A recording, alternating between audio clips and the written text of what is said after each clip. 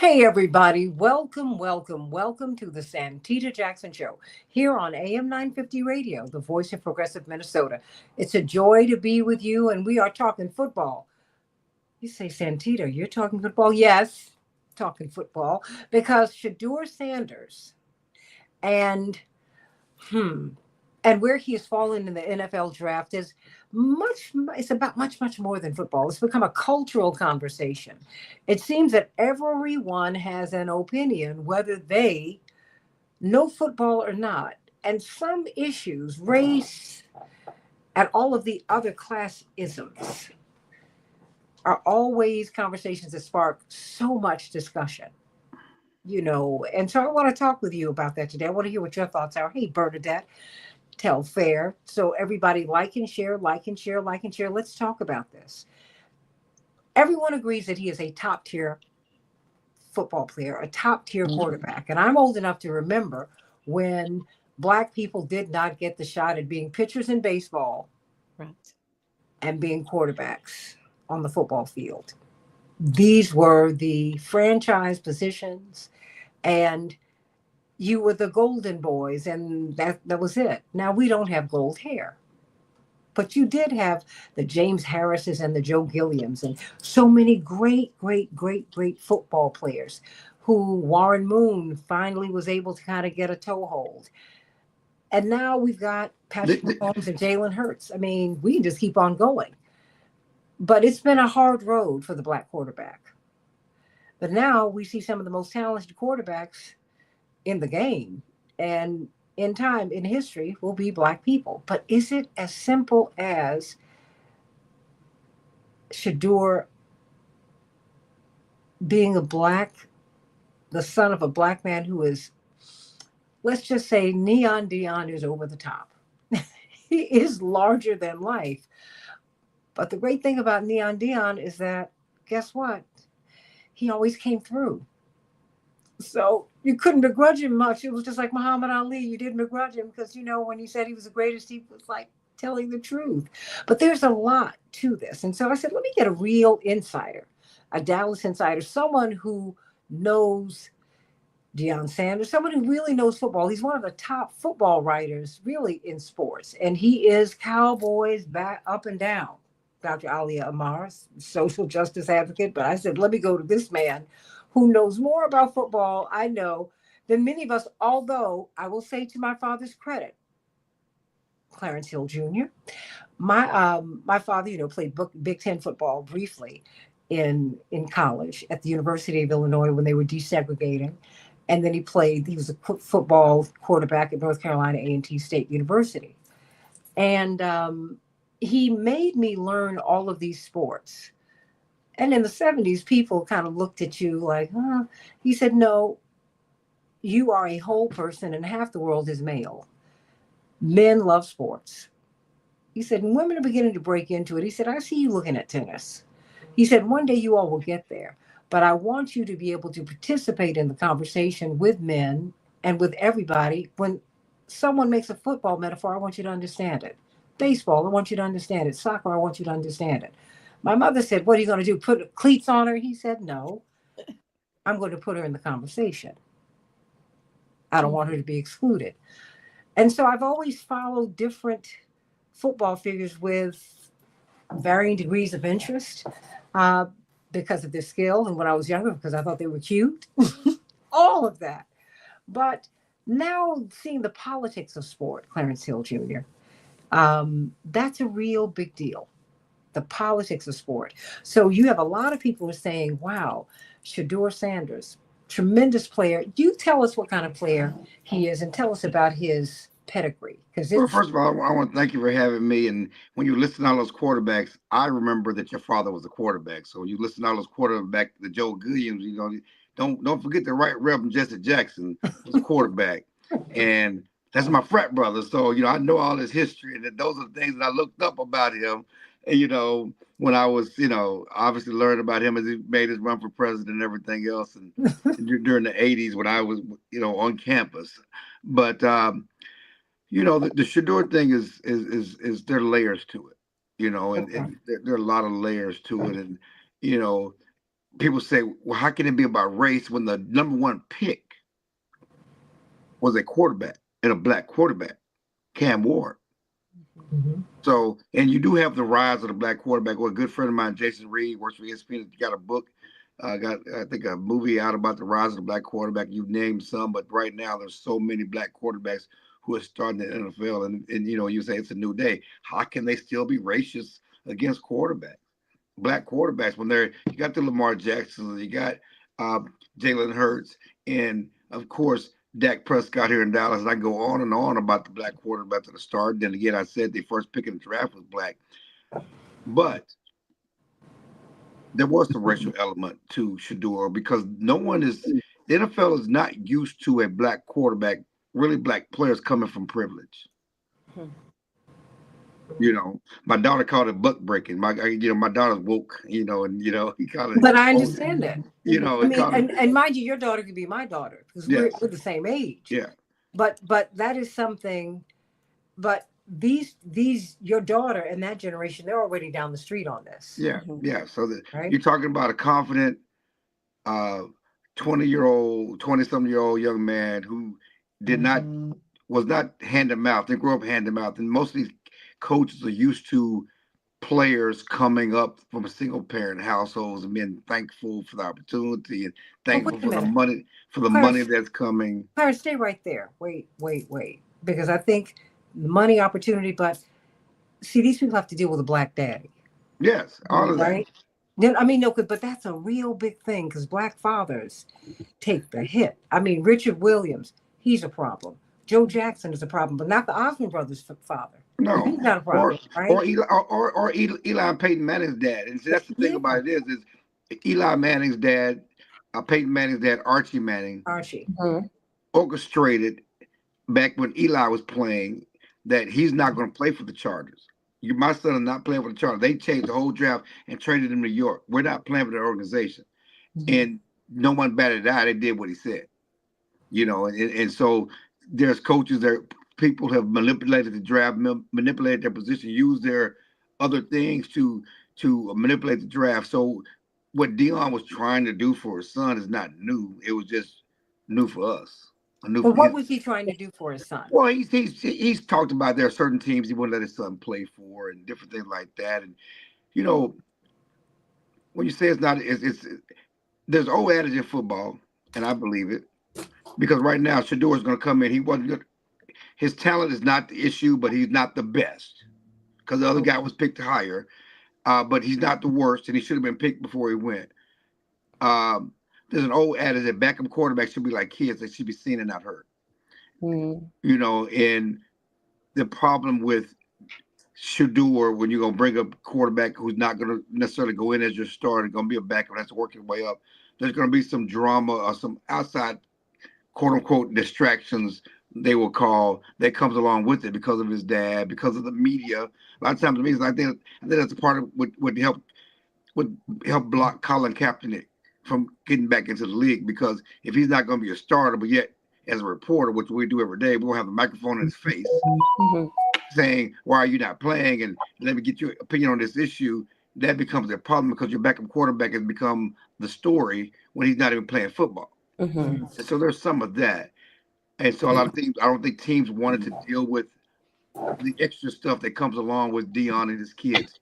But there's some teams that have urgent needs at the position, and ultimately, urgent needs is what should win out.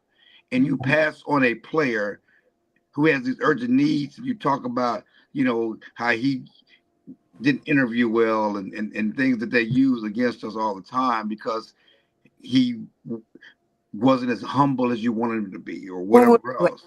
Well, take us back because see, we don't know the inside story. You do. When Mhm. you say didn't interview well, what do you mean? Because What we're assuming as people as outsiders, all you need to do is perform on the field, right? Well, there's a whole process. We talked about earlier before the show about the football industrial complex. So there's a whole process that you have these players and these teams. They interview with coaches and they want to get to know them, and before they make these huge investments. I mean, and there are people that who compare it to combine, which is in Indianapolis every year, where they strip everybody naked and get all their measurements and all these interviews, kind of like the slave trade. And it is certain, but they want to know everything about your background, and they do a lot of interviews and up close and personal interviews. They find to get to know you, especially when they're investing so much in you, especially as a quarterback. And there was a story that came out last week, which I didn't like. Um, that basically said that ripped him and said he was, was the worst interview he'd ever seen, and he was not humble, and he was arrogant, and all this other stuff. And again, part of that is them not used to a young, confident black football player, especially a quarterback who comes from a well-to-do family, and we've seen it. We've seen other quarterbacks, white quarterbacks, come into this league who are cocky and brash, and it has not been a problem. But now it's going with Sanders. It's a problem, and I've seen so much. Like you've seen so much in the last few days, and we all know that they do not like an uppity Negro.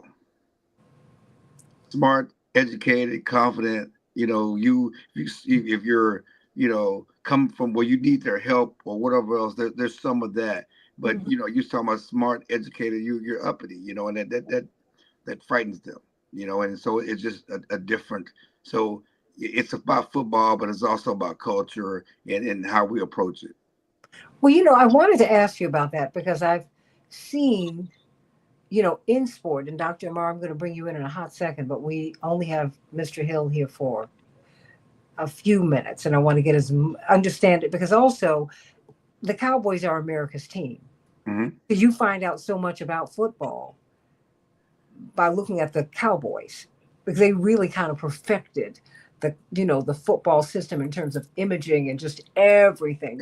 Marketing, imaging, all of that. Second to none. Right. But I also step back and I see at the college level, because I have three brothers who played college football, two at HBCU at North Carolina A&T, and then I saw my brother Yusef. Jesse and Johnny played at A&T. Yusef played Division I football at UVA. He was a Cavalier. And I could see that he was a new experience for them. And I could also see how if you did not, in particular, have the father around, and I'm not denigrating mothers and single families. No, I'm not. Look, both of my grandmothers were single, unwed mothers as teenagers. I get it. Although they did tell me, I do not want this for you. This was my experience, and as soon as I could get away from it, I did. Okay, raising a child by yourself is hard. My mother said, having help, you all were difficult because what you want to do the best you can with your children. She said, and I had help. I had your dad. That having been said, people react very differently, Clarence Hill Jr. and Dr. Alia Amar, to a daddy when they come in. I see the unease that people have with Coco Gauff because she got a daddy, a black one. The Williams sisters.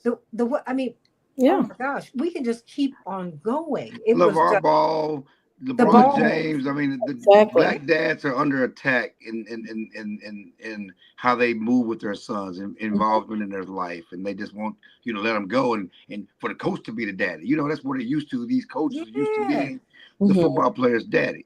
Yeah. And so that's why getting blacks into the coaching positions, that's why Deion Sanders again was a game changer. Because not only before he went to Colorado, to go to Jackson State, he changed everything for HBCU sports. And I say that as someone who went to Howard. It meant everything. It meant everything. And I know how my brothers responded to their football coaches. Because your coaches there's so much more to coaching. I mean, it is a very intimate relationship. That having been said, I'm watching black fathers under attack. Beyond the money, because you can have parents with money who pay no attention to you, who put nothing in you. I've seen it. I've grown up with people like that. But I know what it's like to have parents who, no matter what, if my father's in a room with thousands of people, and people have laughed because they've seen it happen, I might shout, "Daddy," and they said my father will stop. Hear your voice. My baby's calling me. Where is she? Now I'm old as the hills and the dirt underneath them. He'll do that today. There's something about a father. And these people have, I mean, the culture itself, Clarence Hill Jr., has an issue with Black fathers. And I'm not, and I'm again, I shouldn't have to say this, but I give all an honor and praise to God, and I honor parents, period. That having been said, I know fathers reset the temperature. There was a problem with Mr. Ball. There's been a problem with Mr. Williams. There's been a problem with Mr. Sanders, not Neon Dion, but the daddy. Mm-hmm. Because Yeah. at the end of the day, I mean, Aretha Franklin had the same issue. Dick Gregory said of Aretha Franklin, he said, the record industry had an issue with her because, unlike other artists, you had to go through her daddy to get to her. Right. If Aretha's daddy, who was the biggest Black preacher in America, if Aretha's daddy said no, that was it. And so, how much of a factor is that, Clarence Hill Jr.? Well, I think it's a bigger factor because of Dion and the stuff that comes along with him, the bright lights that comes along with him, and again, he's not your normal Black father. Number one, he was a champion, he's a Hall of Famer, and he will let you know about it. And so, so there's some things that come with the package of Dion. It's almost like LeVar Ball, if you remember him, the Ball brothers. Yeah. Because he's not going to be quiet. And so they're afraid of that. They're afraid of if I don't play him, and as reporters, we're going to ask, hey, Dion, why ain't they playing your son? He's going to give an honest answer, and you got to deal with it. And then they have to ask questions about what Dion's saying in Colorado when he's playing in Cleveland or New York or whatever else. And so there's some things that come with that go along with it. And it's like Dion as a coach. Dion controls everything, and he's in control. He's been very successful.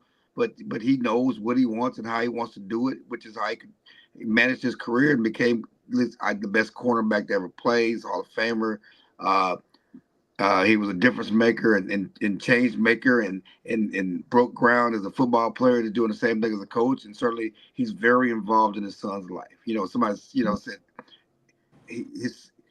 somebody questioned. I saw an interview the other day and they were saying, "What if your son doesn't want to do what you say?" He said, "Not my son."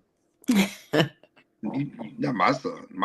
He's been involved with his sons, and there's something about when you've been involved, your son's gonna, they're gonna do what their daddy say, and so that's part of it. And they don't back talk or go against his wishes because he's been nothing but good to them, good for them, their life, and everything else. But I think Dion is different than the normal Black father because of his background, because he was more successful at the sport than any coach or any player that can come into it and try to give his son direction.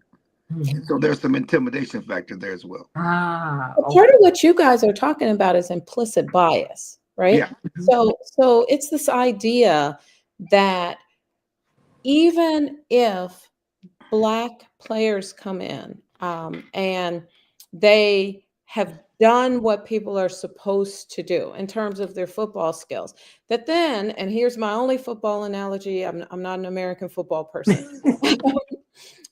You do soccer. Yeah.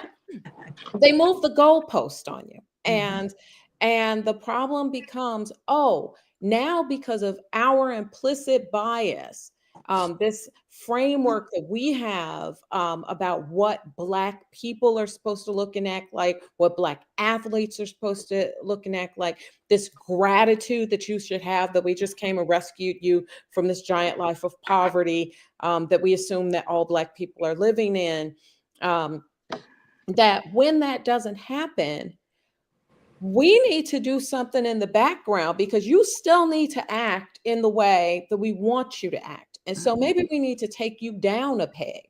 Maybe we need to teach you the novelties of Blackness that your lived Black experience didn't teach you.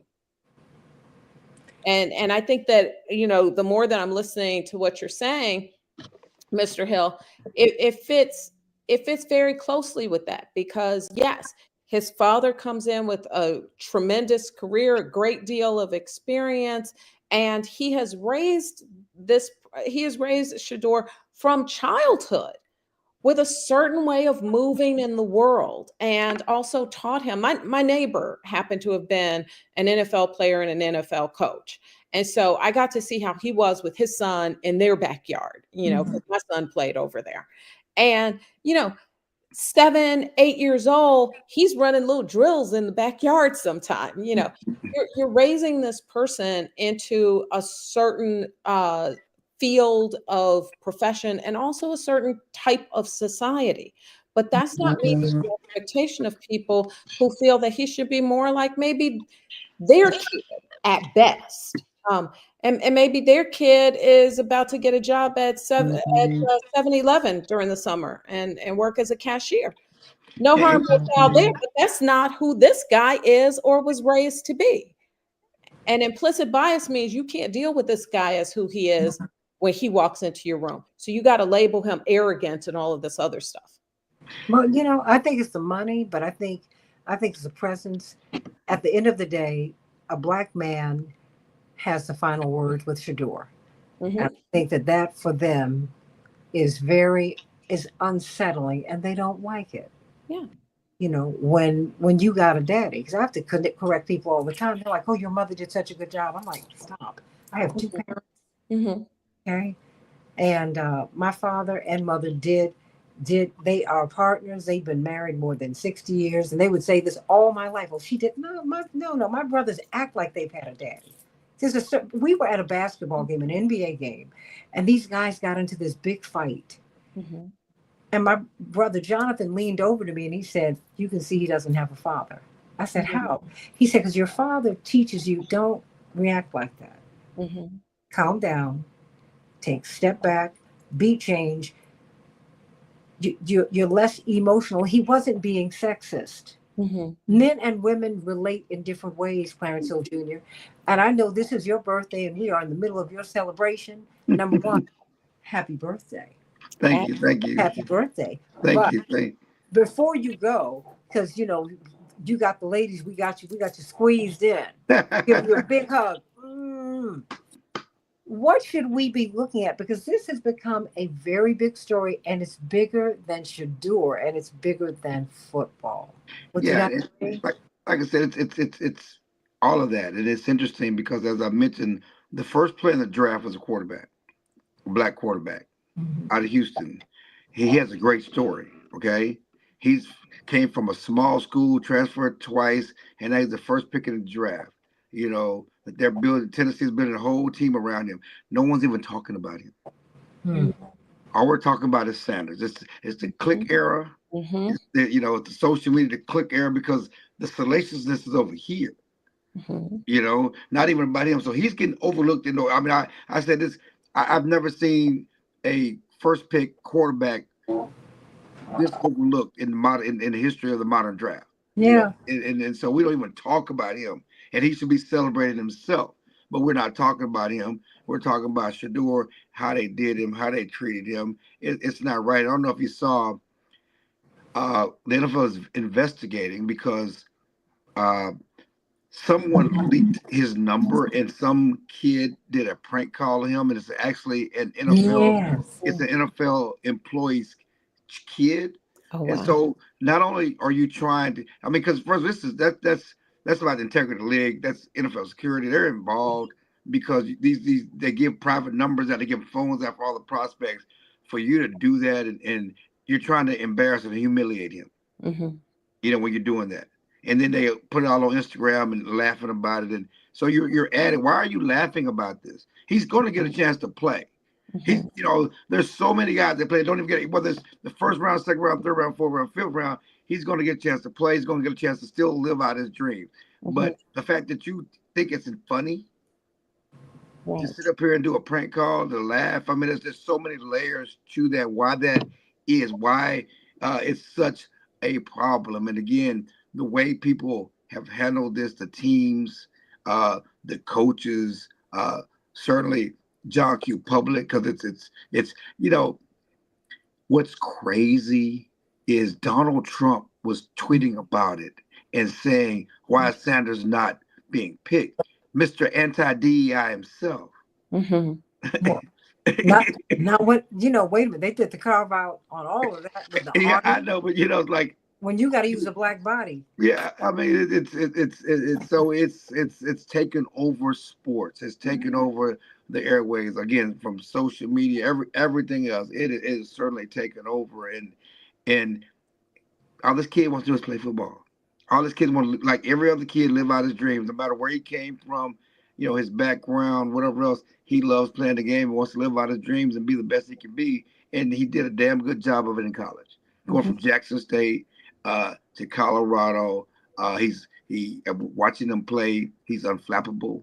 He has mhm, great confidence. He doesn't get nerved at all. He's going to have a chance to again play pro football. But he should have gone higher. He shouldn't have. He wasn't quote unquote the best quarterback in the draft. That was Cam Ward, who was again a black quarterback who went to Tennessee, played in Miami. Uh, but he was better than most of the other ones that went before him. And to watch him slide and watch people talk about the slide and so much, it was unfair. It was not right.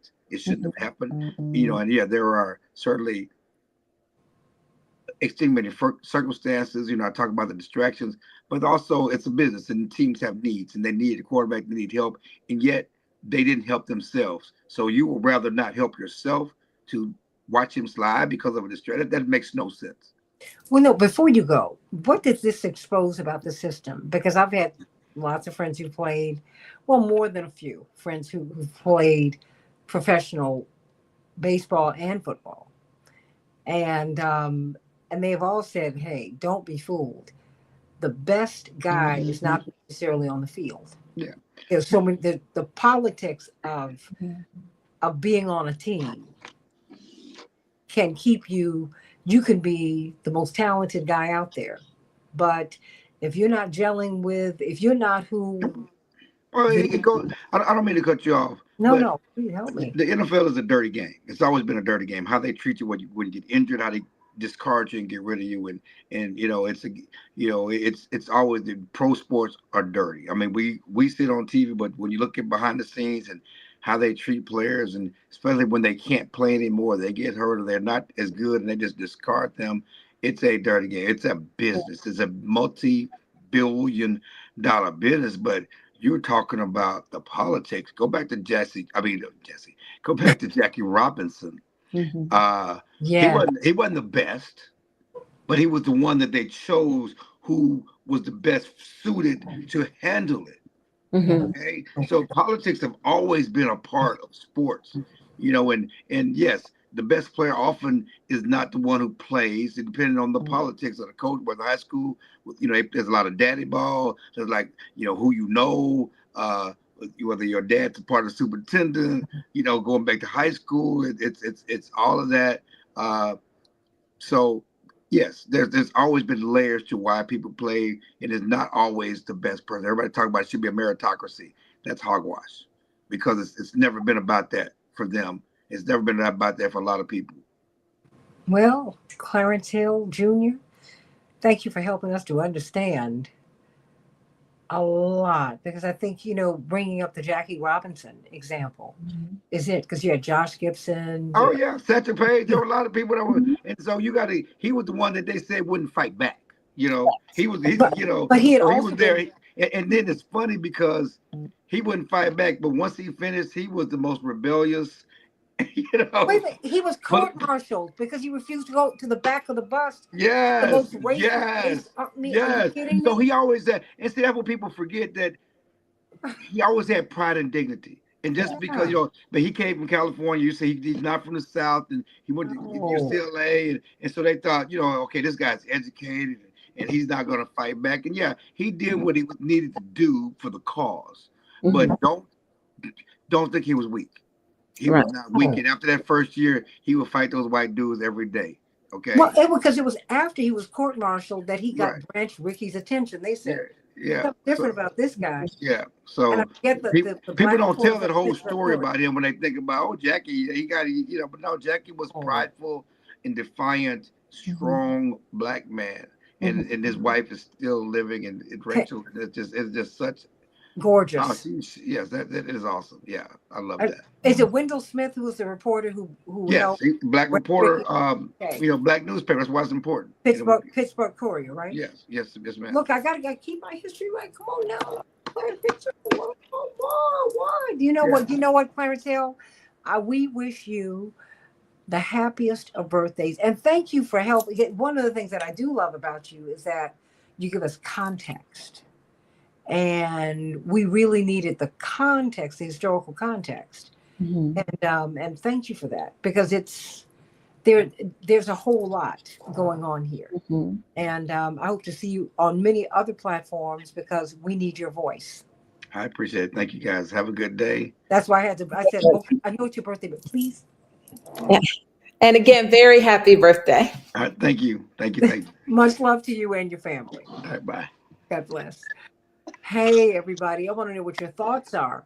What are your thoughts about this moment? I mean, because we've got Dr. LaShawn Latrice, because both of you all deal with the brain. She deals with our behavior. She's a community psychologist, and you Mhm. deal with the brain. And but you know what? You're also moms, Mhm. and I'm not a mother. I've got children. I have nieces and nephews. Um, I don't. Look, I didn't have to give birth to look at these people as my children. Mhm. And so you look at them and you want to protect.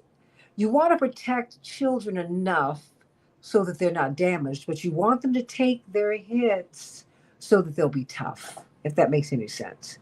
Um, when I've hit some walls, I'm shocked, but my mother would even ask my father, "Is there? Can you help her?" He's like, "No, I shouldn't, because if she can't make it through this, she's in the wrong business. Mhm. So we have to see how she's going to navigate this." Mhm. Right. Okay. And I would never go to my father for help of that sort Mhm. because I'm going to figure it out because I'm going to have to.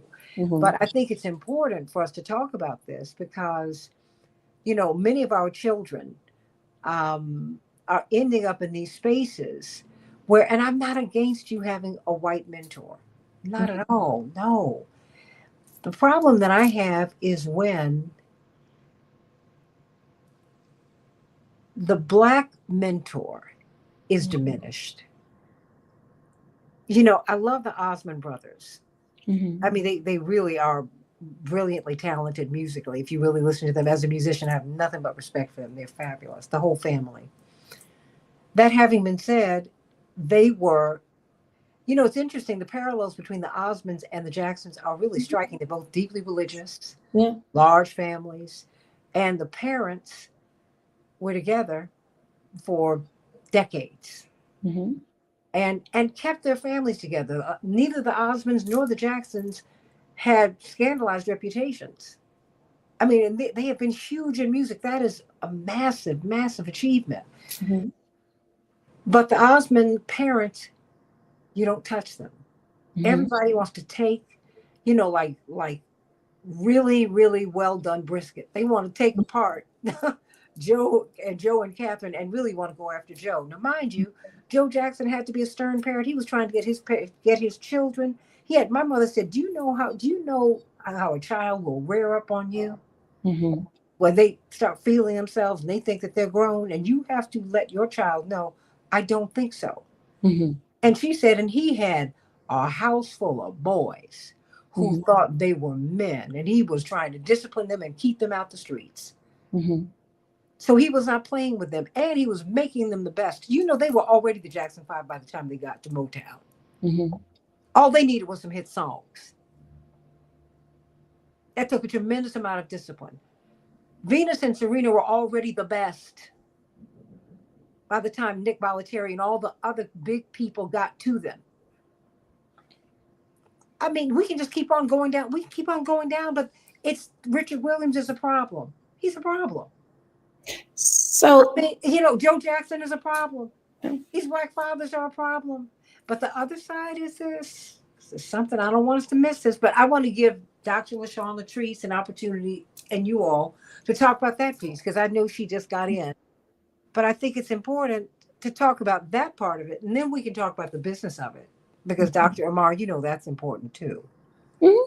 And, maybe he didn't do so well in the interviews because these people need to put millions into you because you will carry a team for a year, 5 years, 10 years. That's a lot of responsibility and that's a lot of money. I But would want you to say that we don't know if he didn't do well in the interviews. well, One of the well, he things that mentioned has he been mentioned. used in this country for Mhm, centuries has been the fact that we can never be enough and that the traps are on both sides. that's it. You have to be able to do everything right, and if you do, grapple with the fact that that has now been defined as wrong. That there is nothing that you can do that is ever really going to be enough. And so we're hearing from some quarters um, that he didn't interview well, that he wasn't prepared for the interviews, something along this line. We don't know that. Where are the videos? Where are the examples? Where are even the direct quotes that you can give to say he did this? I mean, the way that it sounds, he didn't do well in the interview.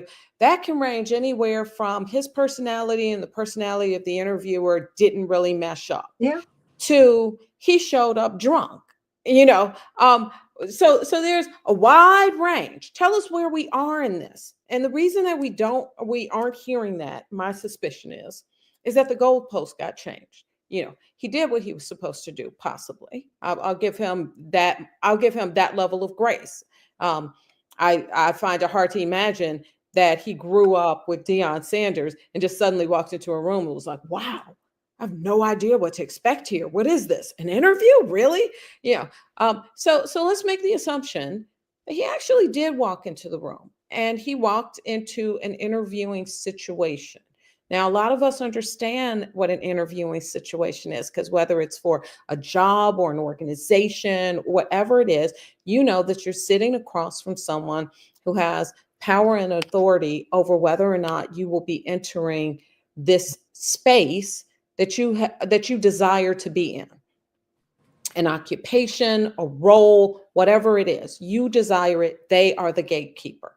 And so there is a way to present yourself, and it's not supposed to be the most humiliating experience. You don't hire the person who walks in and goes, "Well, yeah, I've got all these doubts about myself, you know." But you know what? Let me say this because I can, Mhm, and this is probably where I've had a bit of a different experience. mhm, I grew up with a father who unsettled white men. mhm, And one of the things that our parents helped us to do, and particularly my brothers, while not to lose your manhood, mhm, but to position yourself in a way that you know how to navigate the world. mhm, Don't. And somebody, I was reading an article, and I don't often read them.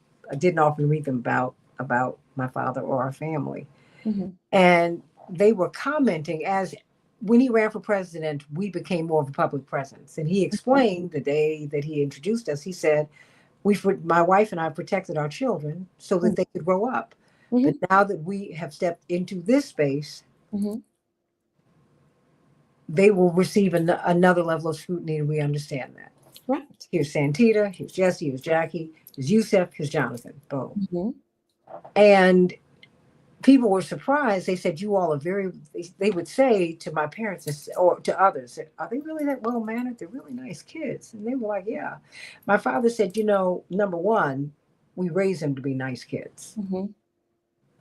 and we know that they inherited our friends and our enemies, neither of whom they've earned.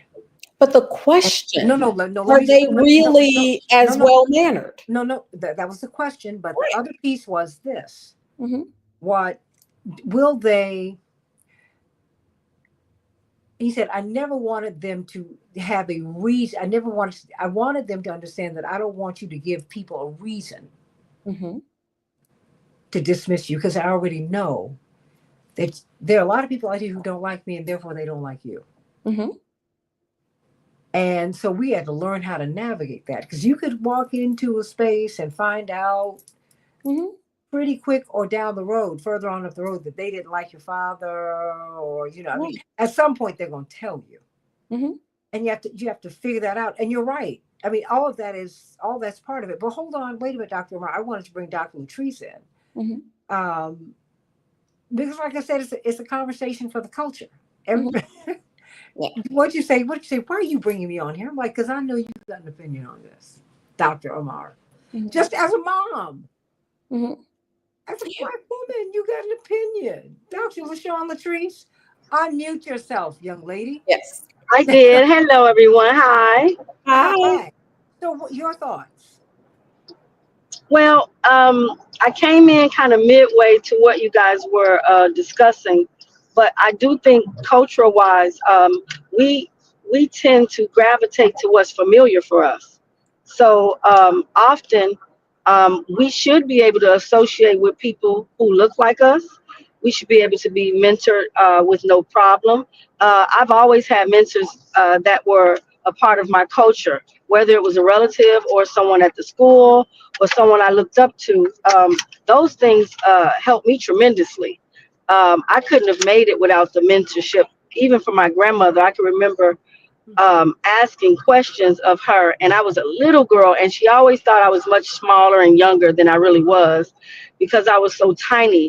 But I remember as she got older, she said, I'm really sorry for not paying as much attention to you because I thought you were much younger. But you really did soak up a lot of information that I was sharing because she always taught us no matter what she was doing, she managed to have a moment of teaching in everything that was going on.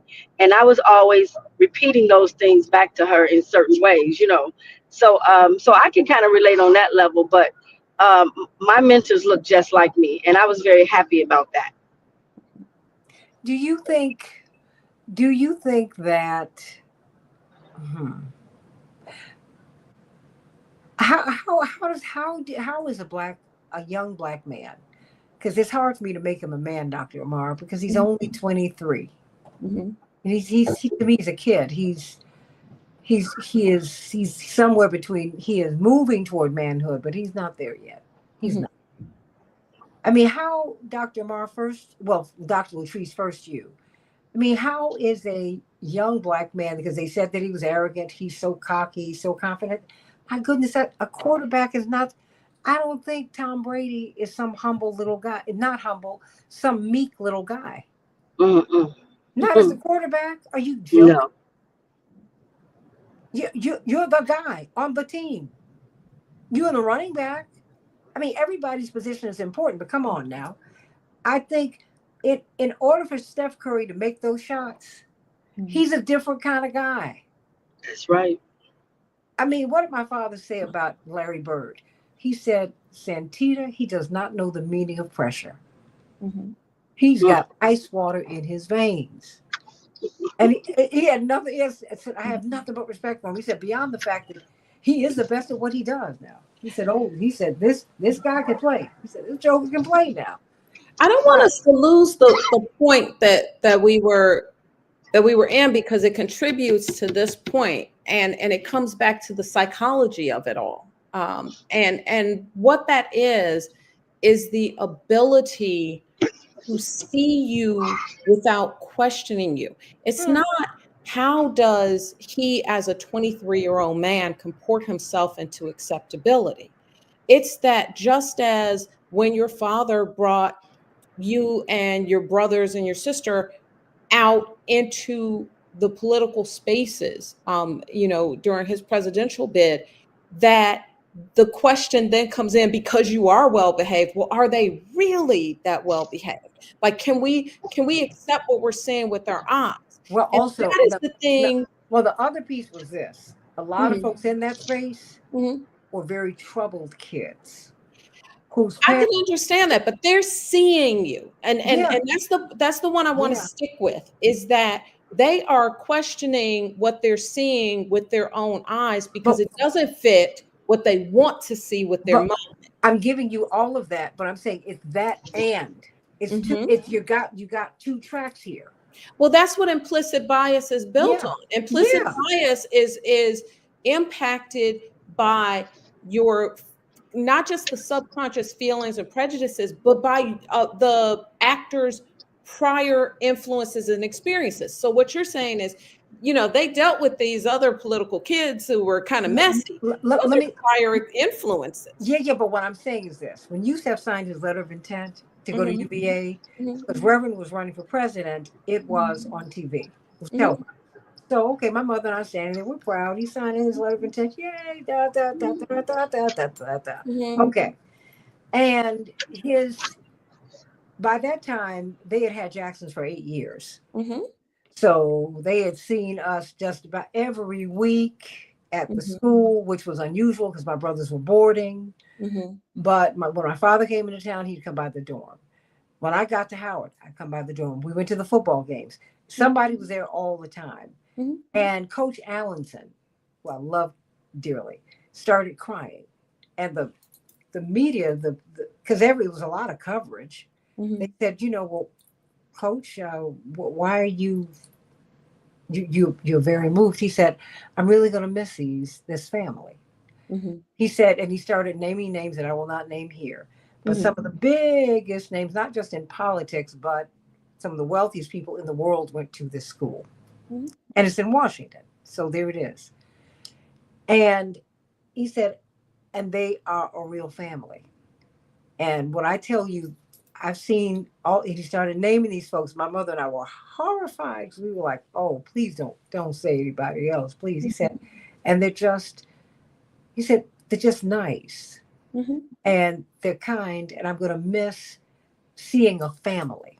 mhm, He said, because if, you know, and that was, you're right, it's the implicit bias. It's all race. You can never separate from it, ever. But some of it is, when people see you in I mean, a lot of folks, this from kids who've just been, who've had who've had financial comfort. Many of them don't turn out well. You know that because they've had too much. They've had too much. So I'm trying to see if how he can navigate that space. You know, because he's going to have to fight his way onto the team. He's going to have to do that, mhm. right? How do you think, Dr. Amar, how do you think he's going to be able to navigate that space with all of that? I think he can make it. I Mhm. do. But I think it'll just take authenticity because authenticity breeds a level of consistency that allows people to adjust to who you are as an authentic person. And part of what happens when people began trying to either make you into whatever it is they think you're supposed to be or bring you down a peg or whatever's happening, when that begins to happen, you have to step away from your core self and begin molding in ways that become very open to attack because they can't be consistent. And that's what we often see in sports is that over time, someone has a moment where they're just themselves. And all of a sudden, they're the cameras say, oh, look what they did, look what they did. I think that the best approach that he could have is to continue to be exactly who he is. He's been navigating very different spaces throughout his entire life. The system that would like to label that negatively, would like to only see the disparity from their expectations, their implicit biases, and who he actually is, will have to adapt to who he is over time. And that's not to say, oh, will he make as much money? Will the endorsements follow? I'm having a really hard time believing that confidence from a quarterback is a bad thing. I think it's being portrayed as a bad thing because of who that quarterback is and what their background is and all of those other factors. But if he begins to let that seep in, I doubt that he would be as good as he can be. I've never heard Tom Brady classified as arrogant No, of course or not. uppity. What? Who do I hear from Black Sports Online? How you doing, Mr. Jackson? Thank you so much for having me on again. Wait, and you are on with watch yourself. You got it. You're next to a community psychologist and someone who deals with the science. She is a scientist dealing with the brain. So, and she's a social activist. But this is Bob Littell, and he's from Black Sports Online. Everybody, I want you to please, please, please give them your support because they really give us the nuances of sport from a perspective that from which we don't hear, which is, our narrative, right? I mean, here we're occupying all these spaces, Bob. And yet, I've Dr. Amar, who is a world-renowned scientist, research scientist. She's also my girl. Dr. LaShawn Latrice, brilliant community psychologist. My girl. Now, Dr. Amar said, "What are you doing bringing me on here?" I said, because this is now part of the conversation. This is so much bigger than football. It's so much bigger than sport. It really goes into not just the Black culture, but the American culture. So how do you read Shador being drafted so deep into the draft? I mean, he should have been a top tier draft, right? So, I mean, is he that good? Tell me what. Well, I think it's a two-prong situation. Is that evaluations, especially of quarterbacks, is in the eye of the beholder. You can see one quarterback and think, like you said, he's the next Lamar Jackson, the next Tom Brady, and another evaluator can see him and think he's gonna, be a bust. I do believe they may have over when I'm talking about the Sanders family, maybe had over evaluated what NFL GMs and scouts thought he was. I mean, they obviously thought he was going to be a top 10, top 15 pick. Evaluations as they started to come in started to go consistently a little bit lower than that. Lower first round, early second round. I think what became concerning is pretty much all of the evaluations stopped at around, okay, at worst, he's a second round pick. So as the second and the third and the fourth and the fifth rounds kept going, people are starting, okay, now something is afoot. Something different is going on. So, I spent the last 24 to 48 hours talking to people in the NFL, talking to people that I know, coaches, scouts, media people, to try to get a handle on what was happening. And the consensus that I got was there definitely was a message that was going to be sent. And it's not just being sent to Shador, it's being sent to any quarterback, any athlete after Shador. And the message is this. The message is we're the NFL. We're the biggest show in town. We're the big bullies. We're like the American government. We're like the army. If you don't do it our way, then there's going to be an issue. And Shador and Dion, to an extent, like to do things their way because that's the way they always do it. And they have the means to do it their way. But the NFL doesn't like that. We've had NFL coaches say we prefer that our Black athletes have some sort of trauma and some sort of background that's negative because it makes them more hungrier and makes them better. They look at the athletes not as people. They look at them as service, employees. So it makes them nervous anytime any athlete, and you saw it with Colin Kaepernick, when they start to go a little bit outside the grain, the NFL tries to rein that back in. So the next quarterback is like Shador, that maybe comes from a family, but they don't do it to their own because we've seen it with the Mannings. They don't do it. Explain how they've handled. Explain to the uninitiated who Archie Manning, Peyton and Eli. I mean, because there's 3 generations of them. Yeah. Explain who they are. So the Manning family, I mean, everybody knows Peyton and Eli, but their dad, Archie, played it in the NFL and became a very powerful voice behind the scenes of the NFL. Peyton was a consistent, number 1 draft pick. Eli, not so much. But when it came to draft time, the family said, we're simply not going to go to, at that time, the San Diego Chargers, who had the number 1 pick. and they basically forced the Chargers to trade that pick to the New York Giants. They dictated where Eli went in the draft, which is pretty much unheard of in modern, draft times. Now they have Eli and Peyton have a nephew, Arch, that goes to Texas. And I never like to talk about young kids.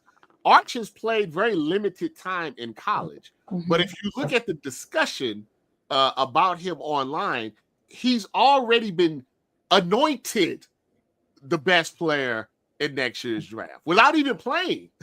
He's been anointed this, and we see that a lot from the other side. Well, they will choose who they want to anoint. But if we choose who we want to anoint, then we need to be humbled. We're arrogant. We're cocky. I would like to say this about Shedeur Sanders. All I see is a kid that always hangs out with his family. Brothers, his sisters, his dad, his mom are always there. Never had any issues with the law. Never had any issues in college. Good student.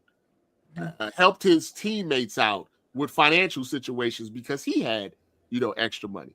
So when I see people on national television talk about off the field issues, and I push back on exactly what are those issues, and they say his personality, that just lets me know that they're uncomfortable with certain type of black people, and I believe that the doctor pointed that out.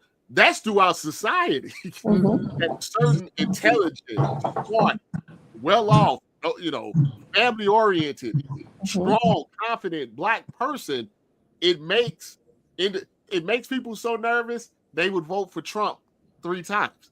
That's how Barack Obama made them so nervous that they're like, we'd rather have the worst candidate in American history as president than an intelligent, smart family black man. Well, it's very interesting because we see this happen over and over again, but I don't think that taking it apart, Dr. Amar and Dr. Robert, I don't think it gets old because there's someone who I want you to do a story on. The first black person to own a Major League Baseball team is here in Chicago. Her name is Tracy Lewis. Her father owned Southside Bank. He was a wealthy businessman. She went to Williams College, extremely bright. When you talk to her, she's sharp as she can be. And coming out of college, he bought her the farm team for the Cardinals.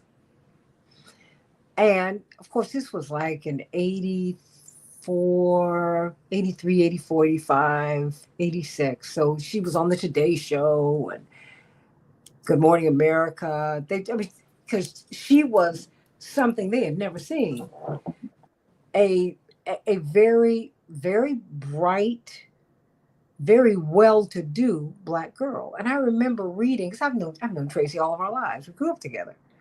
And I remember reading an article, and when she said, you know what, she said, you all need to understand, I'm from a whole group of people who have housekeepers, who have big houses, who go to college, whose parents can afford to send them to college, and in fact, they expect them to go. So, said my doctor lives across the street, and my friends, I live next door to so and so. She said, "Wait, what?" And she said, "Really?" And she was not being arrogant, and she was not really trying to. She's not like that. But I could hear her frustration in the interview. But she said, wait, do you know that there's a whole group of black folks who have been striving and who've been making it? Yes. And I'm not saying just doctors and lawyers. I mean restaurateurs. Yeah. I mean sports writers, entrepreneurs. It was Wendell Smith who got Branch Rickey to look at Jackie Robinson. Because he at Pittsburgh Courier, this was very successful paper. These are the best that we've got. But Shedeur he is paying that tax. And I think it's important for us to really to tease that out. And I also want to know, because you are an insider, what about this interviewing process that we keep hearing about? Because there's more to, it's very clear Dr. Amar and Dr. Latrice, Robert, that, and I've had friends who played pro football and baseball, but pro football in particular. And they would always say, it's not the best guy who gets on the field. The politics of this, it's thick.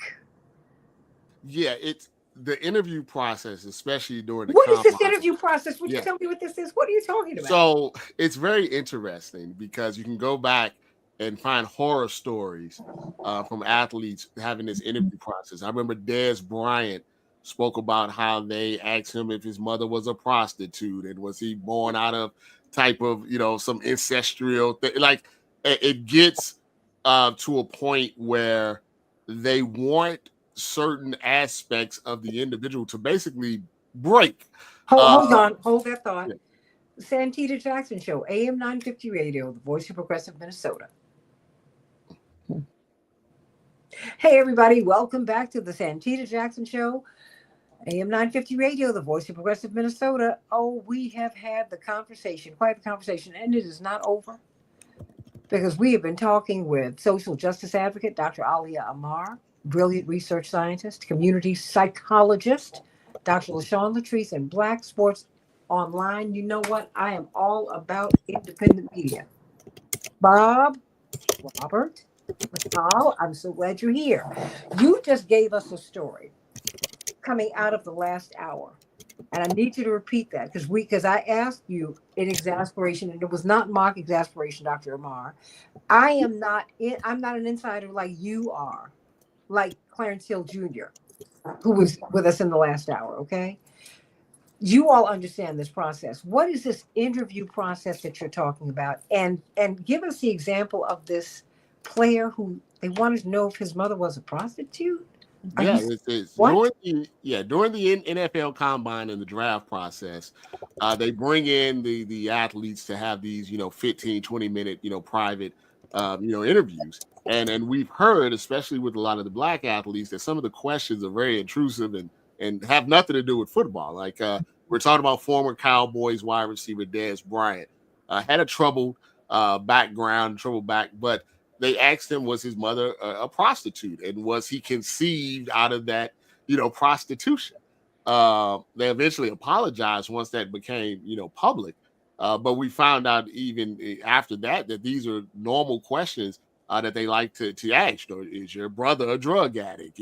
Are you in the gang? It's nothing that has to do with can you run a 10-yard out route? Or can you read this defense? Do you know what this a too deep zone is? It's these personal questions. I remember Cam Newton had an interview with the owner of the Panthers, and he told him, "Hey, look, I don't want you to have tattoos like a thug. You're going to be if you want to be on our team and you want to be the face of the franchise, you can't have any tattoos. You can't have any of this. You can't express yourself in this way. You're going to dress, a certain way." And Cam has said. Now, one of the reasons he's so expressive in the way that he dresses is because how limited he felt when he first came into the things that he could do and that he could say.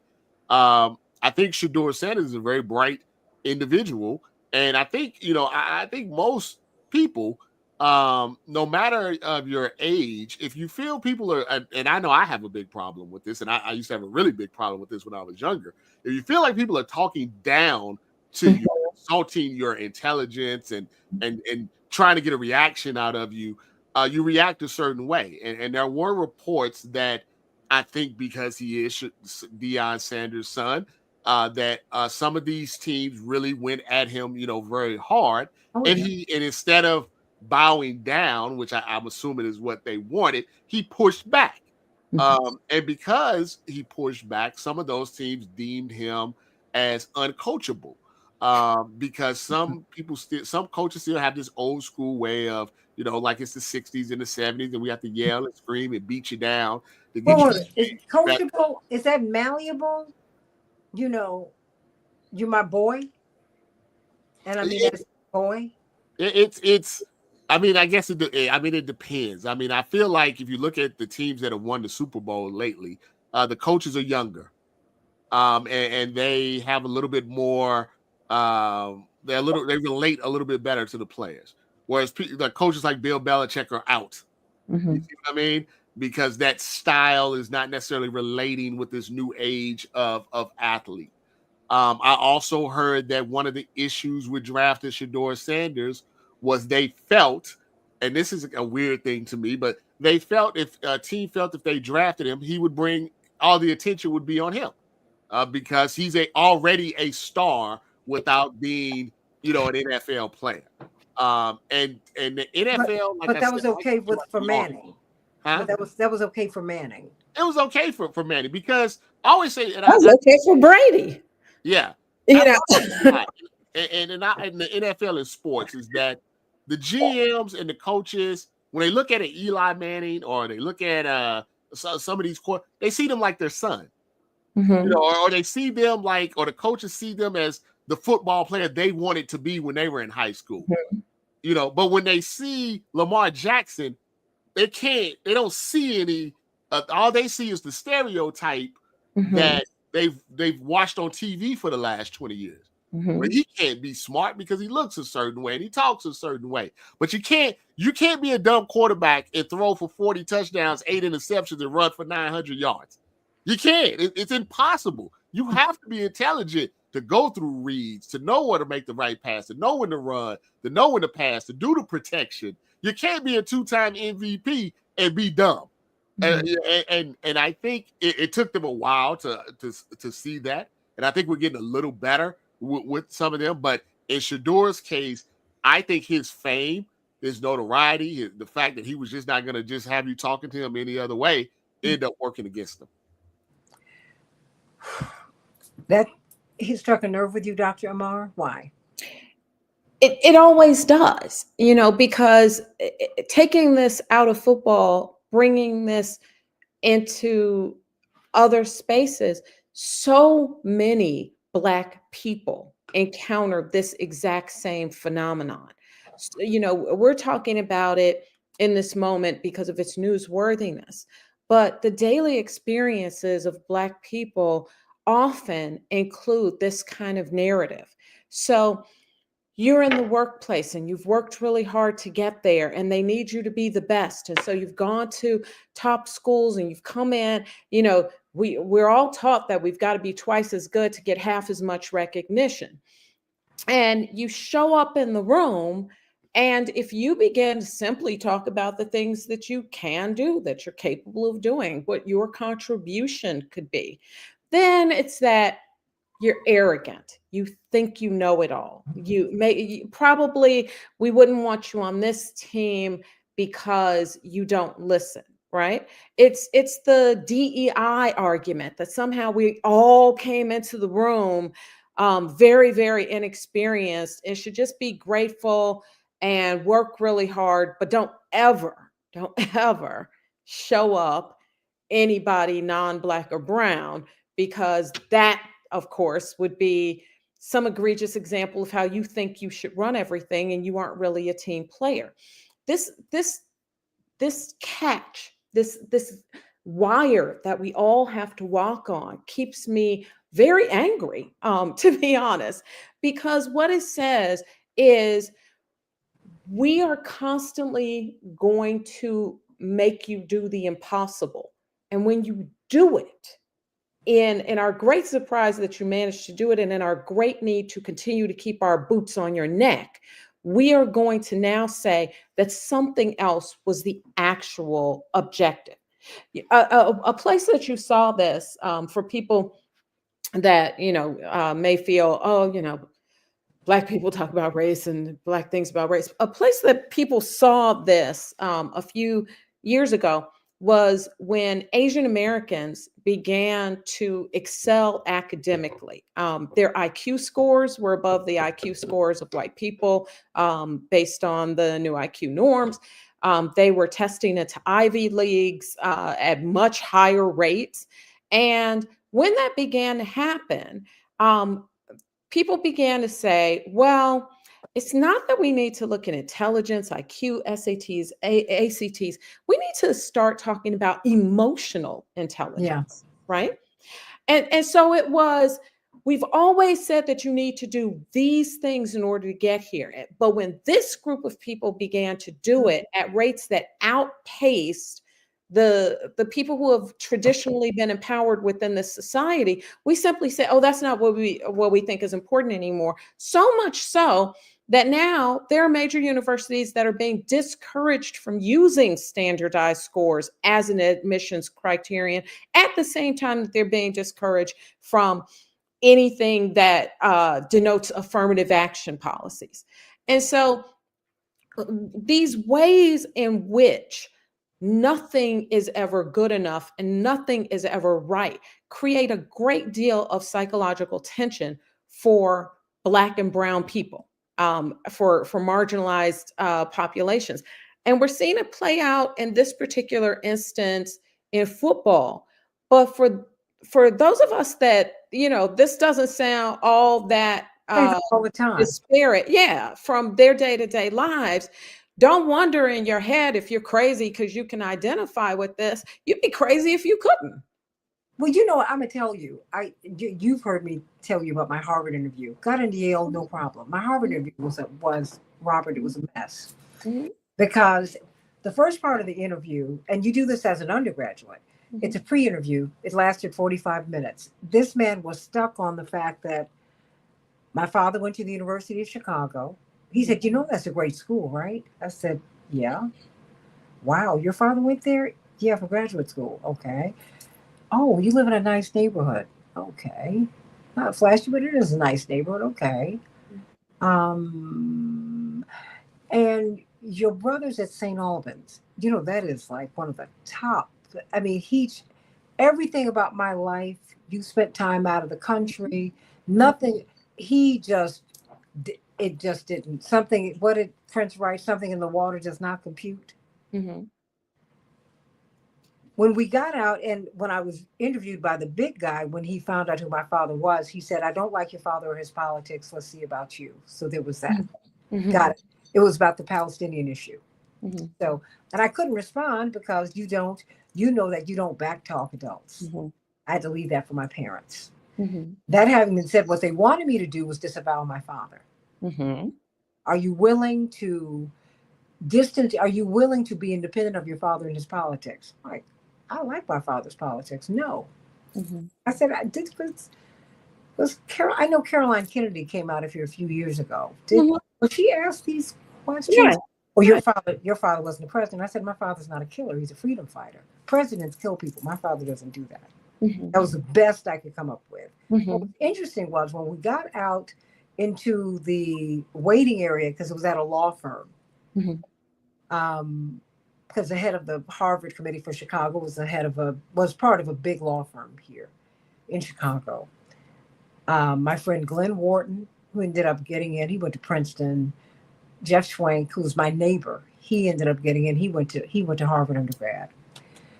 We were all comparing notes on our interview, and I was still trying to, because they had waited for me. They were like, we were wondering what was going on, because my interview took like 90 minutes. It should have taken like 40, 45 maximum. They asked Glenn, tall, fair-skinned guy, curly hair.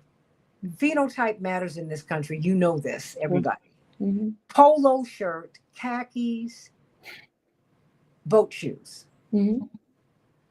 They were asking him about gang affiliation.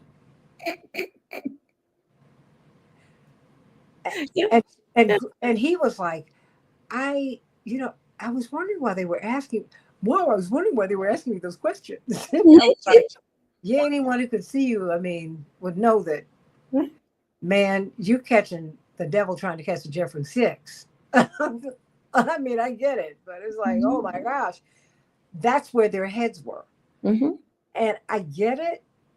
My question is, though, how you navigate these spaces, because it is their league. And let me shift this back to you, Robert. It's their league. And the thing is, what makes me sad not sad, I'm proud of Colin. Because he took a knee and he knew he was going to take a hit.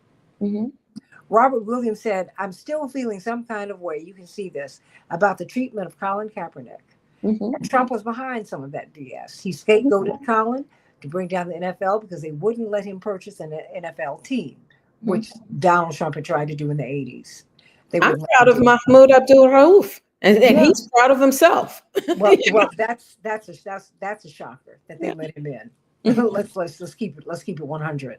And recently, but Trump jumped on Shadur's side. He was like, "Come on, you guys, this is kind of." How do you read all of that, Robert? You know, I think the best thing for Shadur now is this part is over. Mhm. I think we kind of know what was going on and what was happening. And I mean, the do we best, though? Because I saw some op-ed pieces that said this was not racism. well, the reason that they say that, and I tell you why, is because, and I hate that they do this. I hate this with a passion. If one black person is chosen or whatever, right? Then they Mhm. automatically assume that no other racism can take place Right. because this black person was chosen. And, you know, Cam Ward was chosen number one. Obviously, we've had black quarterbacks chosen number one and in the top 10, you know, before. So, like, if this could happen, it's not possible that, you know, this could, you know, be racism. But it's the same false equivalency as Colin Kaepernick. It's like, oh, we let such and such, you know, play. Well, how can we dare blackball Colin, you know, Kaepernick? It's, Mhm. you know, I noticed that white people, they take one thing, and if that one thing is a positive for black folks, that means everything else that we talk about is not valid. And so that's where you get that from. And I think a lot of it is that, you know, I don't know if it's necessarily the people that are writing the op-ed pieces don't really understand, or they've never been in that position to know that, you know, your personality, that white people sometimes, and I never see this out of other cultures, right? Like I Mhm. never see like there's not like 10 different versions of Italians, you know, or 10 different versions of Asians. But with black people, it's always was this type of black person was light skinned, is dark skinned, or well spoken, is in front of her. We are the only ones that you know, we don't just be seen as one individual culture. Depending on how the white person sees this, they put us in a different type of box. And it's happened to me before. Like, oh, Robbie, you know, you're better than Stephen A. Smith or Jason Witt. You know, I'm just black, just like they are. And we're just different people, which we're allowed, you know, to be. So I feel like for Shador, the one thing that you can't deny is, in the end, if you have the skills, if you have the talent, that cannot be denied. And we've seen that with sports. If you have enough talent, they're pretty much willing to look over murder. I always say if Aaron Hernandez would have been found not guilty, he would have been on the team in 48 hours after the verdict. That's just the way the NFL works. They have accused killers, you know, assaulters, sexual assaulters. Just they have a lot of bad individuals, people, not bad football players, bad people in the league, but they can rush the passer, or they can throw a touchdown, or they can run really fast, or whatever it may be. So for Shador, I think the most important thing, he needs to go in there in Cleveland, and it's not like it's a great quarterback room that they have in Cleveland, and show out. Because then you can't be denied. They tried to deny Lamar Jackson. Oh, he's just a runner. Oh, he can't pass. Oh, he can't do this. Oh, you know, and then he started doing stuff that nobody ever did before. Mm-hmm. And then they kept trying to find excuses, but every year it became less and less and less. Because he kept showing them on the field. Jalen Hurts. Oh, he can't do this. He can't win a Super Bowl. He can't do this. He's not this. Oh, he fight. Then he came out there and he cooked Patrick Mahomes and the Chiefs. Now they don't have anything else to say. Mhm. So in sports in general, I think the way you overcome all of this is that your play on the field. And I hope he gets an actual opportunity, because sometimes we don't. He gets an opportunity to show them, prove them wrong, just like Lamar did, just like Jalen Hurts did, just like a lot of people did, just like Tom Brady. That's just say with black people. Tom Brady was a 6th round draft pick. Yeah, that's wrong. right. Brock Purdy wasn't drafted at all. Proved them wrong. You just need an opportunity. And when you get that opportunity, take it. And then when you get the opportunity, and like I came in exactly what you said, nobody called Tom Brady arrogant. Mhm. And one of the reasons is not just because he's white, which is true, but and they say, oh, he's fiery and all of that stuff. But he has carte blanche because he got those rings. You know, Mhm. and once you and your Patrick Mahomes, you know, he talks kind of, you know, strange from time to time. You know, the whole thing about his hair being nappy and stuff like that. But he What gets is a it? lot of leeway because he's won those championships. But you So know, when you, Tom Brady came in as a 7th round draft pick. yeah, He was 199 he was a sixth round. when Oh he got yeah, picked. So by the time he gets to the point that he's really showing them, he's Yeah, also had a lot of opportunities provided to him. So I'd love to see that same thing happen Be- now with Shador. I'd because love to. black people don't have the opportunity to fail. yeah, he only gets Yeah. one So shot. provide Let's him with be the honest. opportunity. We Yeah. have to be honest. He's No. going to get one probably shot. I mean, Mhm. I'm going to I be mean, honest with you. I heard John Thompson, remember the Georgetown basketball coach, and I remember not too long after he retired, he said, "I am sick of having to be perfect. Hmm. I'm tired of being having to be perfect for you." And he said, "So and I was there was someone who was another one of these first. He said, no, no, no. He said, be very clear. I'm the first to have had the opportunity, not the first to have been qualified." Hmm. And so, but let me jump over here for a hot second because Jalen Hurts, he's gotten some blowback because his team is black. Hmm. I mean his management team, Hmm. right? All women, all black. Yep. Hmm. So talk to me about that. I mean, because I don't see him all over the place like I've seen Patrick Mahomes. I love Patrick Mahomes. I am not mad, but I also know the politics of being married to a white woman, Hmm. and and the space that that gives you, right? But I like him, and I think he's a cute. Yeah, he's a kid to me. So you know, and You know, I think it's with Jalen Hurts is and we saw this years ago with LeBron when I remember LeBron fired his agent, his white agent, and he Mhm, brought in close close to him, and they mhm. were like they called him a posse. Oh yeah. And now LeBron and Maverick Carter and Rich Paul are all worth billions of dollars with multi-million-dollar projects. It's a power structure thing because they're afraid if we start taking some of the power away, that we'll realize that we have the power. Mhm, I remember when Lamar Jackson had his mom be his agent. Oh, that's mhm, dumb. That's stupid. She not gonna do that. When he signed his contract, it was the highest contract in NFL history. They mhm, don't like for us to know that we can do the same things that they can do, and sometimes better. yeah, So they try to diminish the accomplishments. They try to minimize the individuals. I know there's a young black agent. I think Nicole. I can't think of her last name. mhm, Young, I believe. Has over $1 billion in NFL. Contracts. But when she first came into the industry, they're like, "Oh, she can't do that. How can a woman, a black woman, do football and all of that stuff?" So it makes them nervous that at a certain time or place that as a culture, as a people, we'll realize, hey, we're smart. We can do these things. We're not just athletes. We don't just rap. We don't just have this violent tendencies and stuff. And that's why I always say when I look at things that are happening in our country, and I've talked about this before. These kids, I just wish they had the opportunities because they're smart.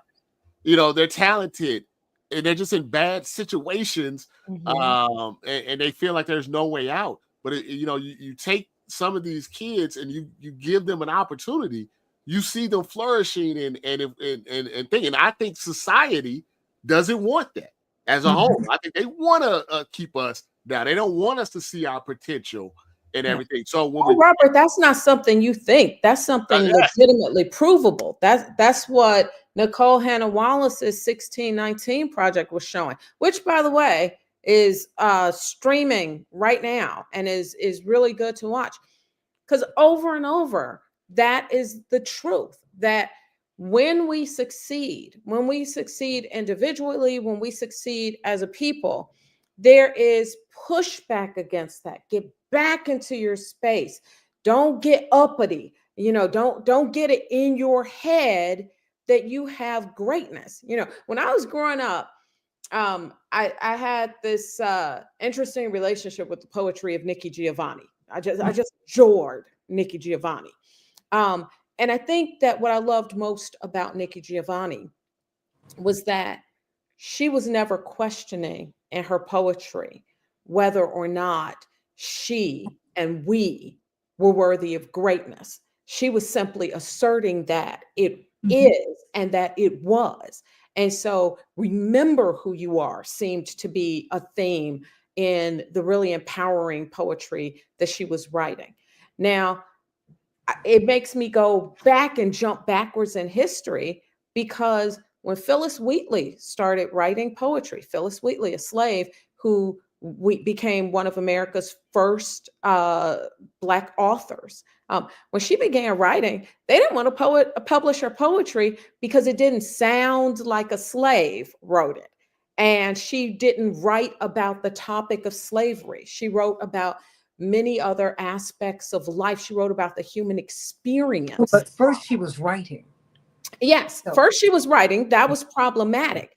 But when they got past that part, the part that was unacceptable was that she wasn't writing what they expected her to be writing about. Because what she should be writing about is less about her experience, her thoughts, her experience of the world, and more about what they had done to her, which is the only topic that they felt her experience should be focused on. Frederick Douglass, when he taught himself to read and write and first began to write, he got the same criticism. Well, this doesn't sound like a slave. You know, when you look at a certain group of people in this country, Black people in this country, there has been a 400-year concerted effort to make sure that we never believe in ourselves. And so whenever you see that coming to be, it makes people extremely uncomfortable. I mentioned implicit bias in the last hour. You know, the implicit bias that people have, this sort of almost innate understanding of what roles we're all supposed to play and who we're supposed to be, suddenly bumps against the wall of who we are in our fascinating myriads of experience and talents. And the reaction in this country to that has never been, let's develop that. It has rather been, let's quash that. Let's destroy their neighborhoods, their schools, let's break their spirits, whatever it takes to keep this specific group of people down in this society. And more, the difficulty is that we don't actually believe we are anyone other than who But we see ourselves to be. but that's why our leaders have been inspirational leaders. I mean, they've helped to restore our personhood. Yes. I mean, and that was. I mean, you What just. did your father say? I am somebody. Well, I mean, and it was Dr. King's mission. It was Frederick Douglass's mission. You can just keep on going. That is what, because we have once, if we could catch fire, then we can make it. And all we've needed is just a mustard seed of hope. Yeah. And so that's why I want some young person who's living on the downside of advantage, and it might not be financial, it could be spiritual. That's enough. I want them to see Shador and make it. Yes. And that's why I'm glad, Robert, we're having this conversation today, because I think also, in addition to all that we've been discussing, one of the things that we don't know, because we're very new to power, and I say that when Reverend ran for president, coming out of it, we found out what we did not know. And power is just, we had not been voting 20 years when he ran. We had not had the right to vote 20 years. So the question then becomes, how do we navigate these spaces? As Robert was talking about the interview process, because it's almost like Trump Lloyd, and everyone, that's, a painting technique where it looks like, if they paint a rope on the wall, it looks like it's a rope on the wall, and you get up on the wall and you're like, oh no, it's not a rope, this is paint. Right. You have to almost figure out how to trick the eye and trick the ear and figure out how to how to give people the unexpected. Shador has to do that. And that does not make him a bad guy. You Mhm. know, it just makes him a master of the game. So, my question is, and I haven't heard from you, Dr. Latrice. I want to hear from you. I know you've taken a lot in. Um, I mean, how do we teach our children how to navigate these spaces? Well, let me ask you, Dr. Amar, what do you say, particularly to a young Black man? I wish Robert was still here because I'd love to ask a man that question, because far too often Black people are asking Black women how to shape Black men. And Black men Black boys need Black men to shape them in Right. special ways. Now, hey, you make it any way that you can. Right. But, we throw fathers away in this culture, and Black and white folks do. You know, Yeah. if you look at the Mother's Day is the sacred holiday next to Easter and Christmas on the Christian calendar and everything else. Father's Day, what? Get him a tie. Bill, Get him some socks. you Yeah. know, Bill Cosby did a wonderful show on the Cosby Show about this horrifying time. He was like, "You all don't care about me. Yeah. Look at what you give me. These dreadful gifts. What?" Yeah. And so my question is, how do we? And it's not just it's not just boys. How do we teach our girls to navigate these spaces? I shared with you my friend Tracy, first Black person to own a professional baseball team. She was like, "What are you all talking about? You're coming into my space. You're interviewing me, and you're acting like I'm a freak of nature." And Right. all my friends grew up like this. Well, it was interesting because I was the first Black student government vice president at UIC, University of Illinois, Chicago. And this was back in 88, 87, 88. And at that time, it was 27,000 students on campus. And to have the honor of representing them in any way was an incredible experience. But the first time that I went to one of the board of trustees meetings, the first time that I met any of the board of trustees, I remember this woman coming to me and she was like, "So, how did you get here? I mean, like, what is your story?" Now, granted, I was working 3 jobs to put myself through school. I had 3 jobs plus my classes. I was notorious for not always being able to go to class because I needed to go to work to make the money. So I had to read the book and, kind of figure things out. But my stepfather had the first Black law firm in downtown Chicago. My uncle was the man who invited Dr. King up to the North to see Northern racism. My uncle, Dr.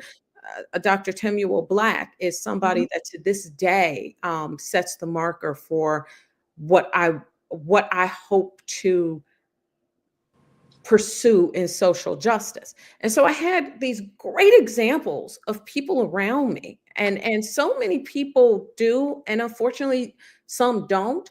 But that question annoyed me the moment I heard it. And I have a tendency to answer things very, very directly. I have to think 3 times to not say what's on my mind. But what I said to her in that moment was, because we were actually talking, the topic at which she decided to interrupt me on that was that we were talking about the detriments of another tuition increase and how that would impact people at this primary commuter school, and how it would differentially impact certain social groups who were already struggling to afford it. And so this question of, well, how did you get here? And my answer wound up being, Parenthetically, what are you doing here? what are you doing here? Right. And so initially I said to her, I've always been taught that I was supposed to, come to university, get my education, and pursue a meaningful career and contribute to the society. And she was like, "But how did that happen? I mean, do you have like special scholarships or something?" And then it clicked on me. Like, she doesn't see me. I'm talking to her and she doesn't see me. And so finally I said to her, I was like, "I am certain that at this moment I'm supposed to do the happy minority tap dance and let you know how grateful I am that there are Pell Grants or special scholarships or whatever it is that you think you did in order to get me here. But the only thing that you could do in order to get me here is to come to Marshall Field's Water Tower and buy Lancome Cosmetics, because one of my 3 jobs is that I work on commission. So when you want to know what I do in order to get in this space, I work hard every day. And the only thing that I'm asking you to do is to not get in my way and not make it harder. Now, I tell this story because at the end of the day, what it takes, and what I say to young students of many backgrounds when I talk to them, you have to, in the moments when nobody might understand why you're there or believe in you in any way, shape, or form, you have to, in the moments when they have put up every single barrier they can think of, you have to think of that one more thing. You have to say, okay, you made tuition this much. I got to work 3 jobs to do it. Well, then 3 jobs it is. Okay. Whatever the obstacle is between you and your goal, nothing will stop you. Nothing will stop you faster than you will stop yourself. So the first thing is you have to develop somehow a very innate sense of the fact that anything that is out there that is open to someone else is open to you. Anything that someone else deserves, you are no less deserving. God wouldn't have put it in your mind if he wouldn't have put it on your path that this is available to you. The other thing that you really, really have to do, especially in today's society when things are being engineered more and more to keep you down, is to open unusual doors. If they don't want to teach Black history in your school, look at Black history on Netflix or wherever. Go to churches, create your own Black one at your history space. church and your club. The people who oppress you shouldn't be teaching you your history, because people teach their history. You need to teach your own. Enough. Yes, find what it is. I learned algebra because my aunt was taking a class at Malcolm X and at Malcolm X College in Chicago. And I was 10 years old. She had this algebra book. It was frustrating her and it was fascinating me. And so I took the book and just started studying it. The fact that you can find your access points, no matter where they might be, and use them. Just don't fill your mind with too much nonsense. If it's not going to get you somewhere, it's not going to get you somewhere. And it's not for me or anyone else to initially define what nonsense is for you. Tamer Nafar is a Palestinian activist and musician. He initially fell in love with rap that was coming out of New York. And he didn't speak English. He didn't know, kind of what it was that he was listening to, but he knew it was empowering. And so he took it upon himself to teach himself English, simply using a dictionary and the inserts that were on records, so that he could translate what he was hearing and began to learn the words that he wanted. He has been all over the world with his music, and he's created and fostered, much as the original artist who created rap and hip hop, he's created that in Palestine. And so don't tell me that there are no opportunities. There's no way. Our ancestors did it. We can do it. People are doing it all over the world. That's what I tell young people. But we have to tell them. Don't wait for the world. Well, you're right. But we have to just bring it right here. Mm-hmm. Many of our children, this is the way up and out for them. Mm-hmm. Yes. Through sport. And far too often, they are blocked from having that solid Black mentor. Right. And that is concerning, and it should be concerning to all of us. So there's that. We also, we have to really understand this system because the system is still new to us. You still don't really have any, you don't have any outright majority black owners in the league, Mm-hmm. and you Right. don't have them in the NBA. Right. You So you have have to learn to play the game to a certain extent. I'm what? not saying don't learn Oh no, no, I to know you weren't saying that, but get that's along. why I was saying Mm-hmm. what you have to do when you walking in. The other flip side of this, Mm-hmm. when you're walking in with the big daddy, Right. big daddy, you gotta. I don't drive, but when people describe to me driving a clutch, Mm-hmm. they say, it's a balance. Mm-hmm. Because what do they say about show business? There's businesses twice the size of show. Mm-hmm. Okay. My father said, don't be too busy to take care of your busyness. Mm-hmm. And that is why Aretha Franklin walked out onto that stage every time she came out on the stage with her purse. Mm-hmm. Her money was in her purse. Yes, she did. Yes, I knew her. Right. God Right. bless her. Right. Yes, she Right. walked out like this. Uh-huh. Put it down, piano. She was now playing with you about her money. Right. And Write me a check that I have in my hand because I'm not going to get robbed. Right. give me my money. Right. Give it to me. Yes, before I get out of here. Yeah. Thank you. And so that's why because Clarence Hill talked about the interview process, and so did Robert Littell. Mm-hmm. And the thing is, because we have to look at that too, because with all that we've discussed, people are also looking for a marquee player. Right. And there's a team on the field and there's a team in the front office Mm-hmm. and in the Sky Suite. So the thing is, obviously, you have to make these people comfortable. You do. Yes. Yes. So, You got to comport yourself to be in the space that you're hoping to be in. that's it. I mean, do you fit into the culture? Yes. And it's not just the culture of that team, but the culture of the NFL. Mm-hmm. And so I would be curious to know Mm-hmm. how that piece went. Because there is a way. I mean, I remember my brother had a nice car when he first came out he had just gotten his MBA. Mm-hmm. He had a nice car. My mother said, that's the wrong car to drive to work. Mm-hmm. And he said, Jonathan was like, wait a minute. I love this car. This is Mm-hmm. a fabulous car. She said, mm-mm. If you want anyone at that bank to mentor you, you cannot drive a nicer car than they Yeah. are driving.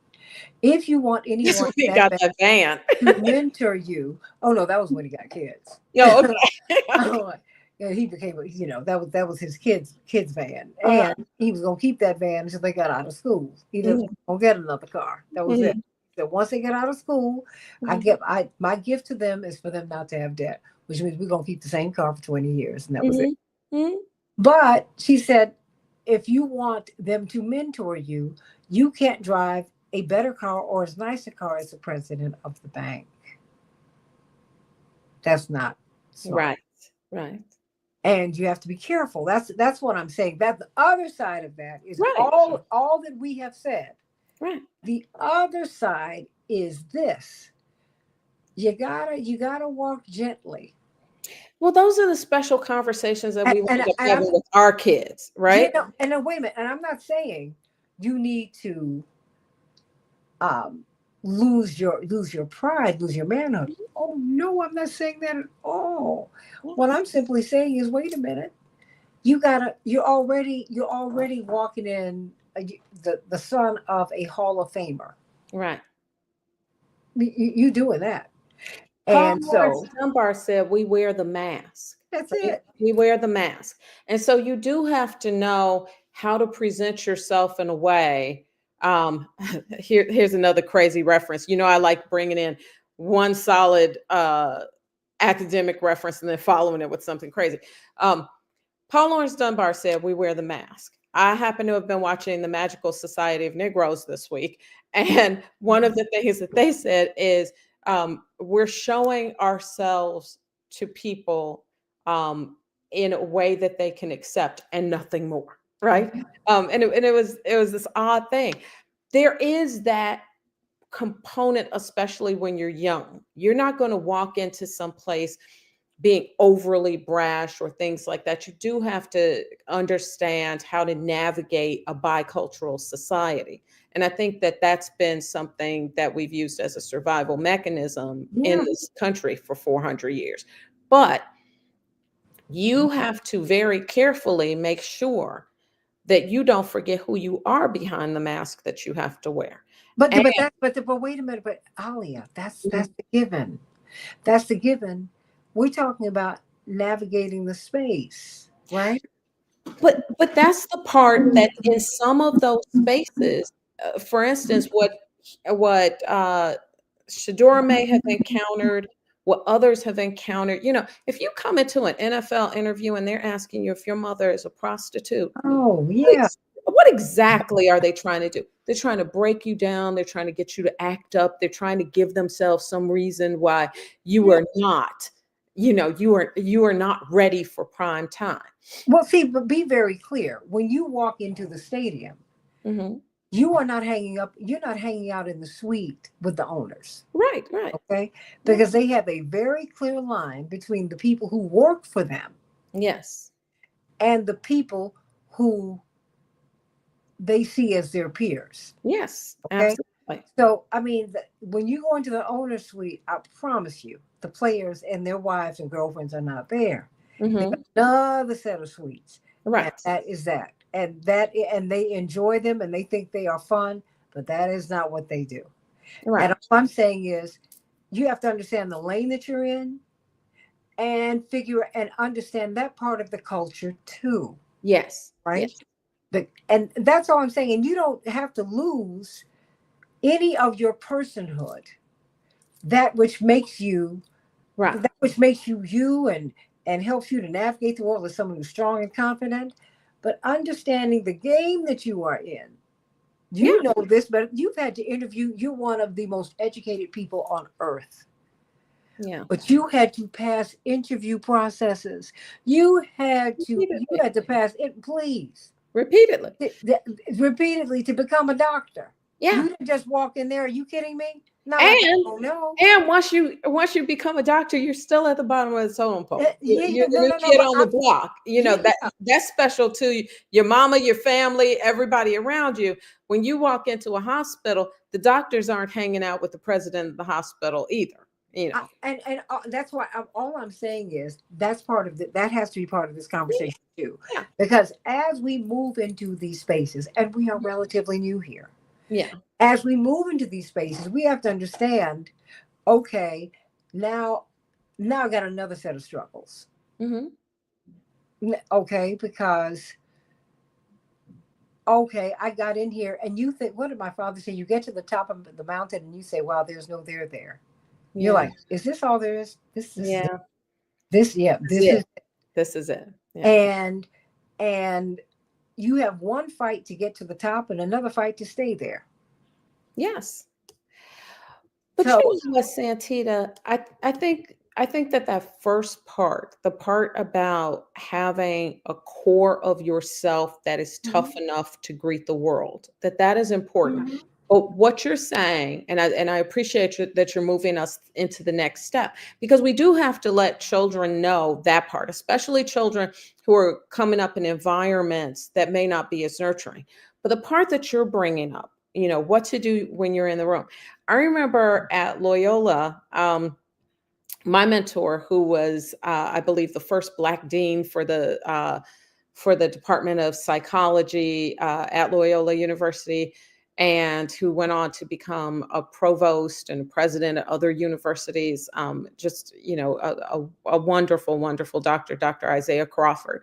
Um, he took us aside from time to time, and he would take us out to dinners. He would kind of look and see, do you know what fork to use? Do you know, mm, what is coming along the way? Do you know that if you drink, to drink very little? Never make the mistake of thinking, even if people say, oh, we're all friends, don't make the mistake of thinking you're a friend, yeah, because you are always under a different level of scrutiny, and your behavior in and out of these circumstances will matter. And so he just very gently did that. And I think that the importance of having mentors, I think Dr. Latrice mentioned that. I think Clarence Hill mentioned it earlier. The importance of having mentors is because you're not going to know it all on your own. Yeah.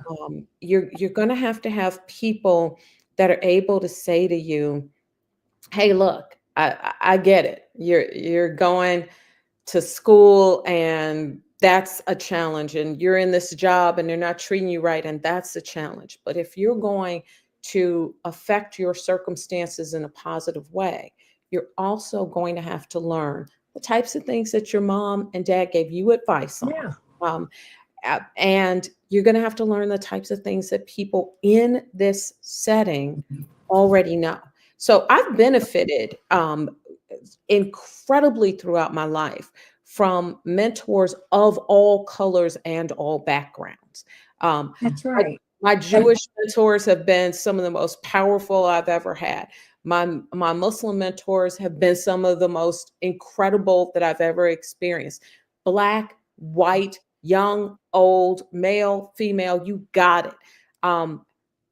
And I think that begins to happen when people understand that you have an openness to learn and to adapt, and also that you're very hardworking. But it also means that in a variety of these contexts, that young people who are challenging this society are going to have to realize that you're always going to have to balance the multiplicity of worlds in which you exist. Well, you need to understand the worlds Hmm. as they exist. Yeah. And so you need to understand that, like, it was one thing for us to get the right to vote. Then we had to understand, we had to get a whole different understanding of the power of the vote, Hmm. power of politics. I'm Yes. telling you, when we first ran for president, there were things we did not know. Of And course. no, no, no, no, no, of course. You think you know some things, but my parents had enough sense to know that what they did not know. But as Dr. Bloom said, everything I needed to learn, I learned in kindergarten. There's some Hmm. basic things that I did learn, but how this really works and how I need to work myself in this space, well, and that becomes part of the challenge.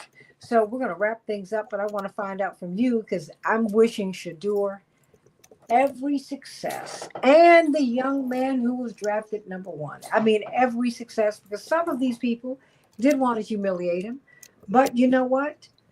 Um, they might make him level up, and he can step up and become great. This is his challenge, and Yeah. I'm happy that God trusts him enough with his challenge, because he can really become great.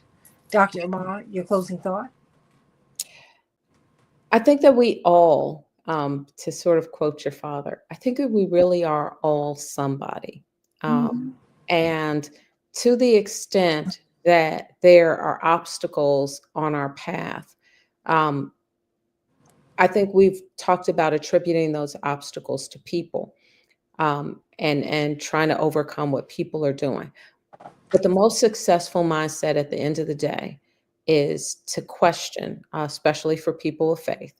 Um, are these obstacles that God has put before me? Because if God puts an obstacle before me, it's to make me better. It's to strengthen me. It's to prepare me for something that I may one day be called to do. Mhm. And that if you can reframe in that way, you can remove some of the anger and the upset from it, and began to feel almost an odd gratitude. You know, thank you for being you, because you're making me a better me. And I hope that Shadur, no matter um, how these things have come across, that the challenges that are placed before him make him better and stronger, and further him in service to good. Absolutely. I mean, look, God will allow, Mhm. God can prevent, and Mhm. God can cause. Mhm. Trust me. Yeah, but God So never it's a does a thing to you that is truly bad. or never It, allows any it's never yeah, allows anything to happen to you. Yeah. that It, is not designed to make you the better person. So I'm praying for him because me I know that he has all of these young people who've entered into these spaces. They have greatness in them, and I hope that they find it. And I hope that we continue to go into ours, because it's never too late. Mm-hmm. It's never too late. It's Absolutely. never, ever, ever too late. And it is your obligation. It is your obligation to go on and be who you're supposed to be. How about that part? So You still keep right. on going, keep on growing, keep on going. All of you who have been drafted, those of you who are going to walk on, Mhm. keep on walking, keep on doing it. Walk on, walk tall. Mhm. And know that God, as my pastor said, God is too kind to be cruel and too wise to make a mistake. Mhm. I've never seen God have a vision without making a provision. Yes. So the way has already been made. So come on. Absolutely. But And it's good. don't worry too much about the people. The people are going to do what they do. We've got fancy labels and ways of talking about it. We've got history and experience, academic thoughts about it, and just down home sitting in the kitchen talks about it. But at the end of the day, if you know that you were purposefully made, That's it. then move in purpose. Well, on that note, as Florence Scovel Shinn said, no man is your friend, no man is your enemy. Every man is your teacher. Absolutely. Go on and learn and get better. Don't be bitter. Get better. Love you, Dr. Amar. Love all the Love whole you. panel. Everybody, I love you. Been going all day. It's been, oh, Bernadette, I'm glad that you were reminded. You were wonderfully and powerfully and miraculously made. Go, girl. Go to your Absolutely. greatness. Go on. Go on. Sending you so much love. God bless you, everybody. AM 950 Radio, the voice of progressive Minnesota. Bye.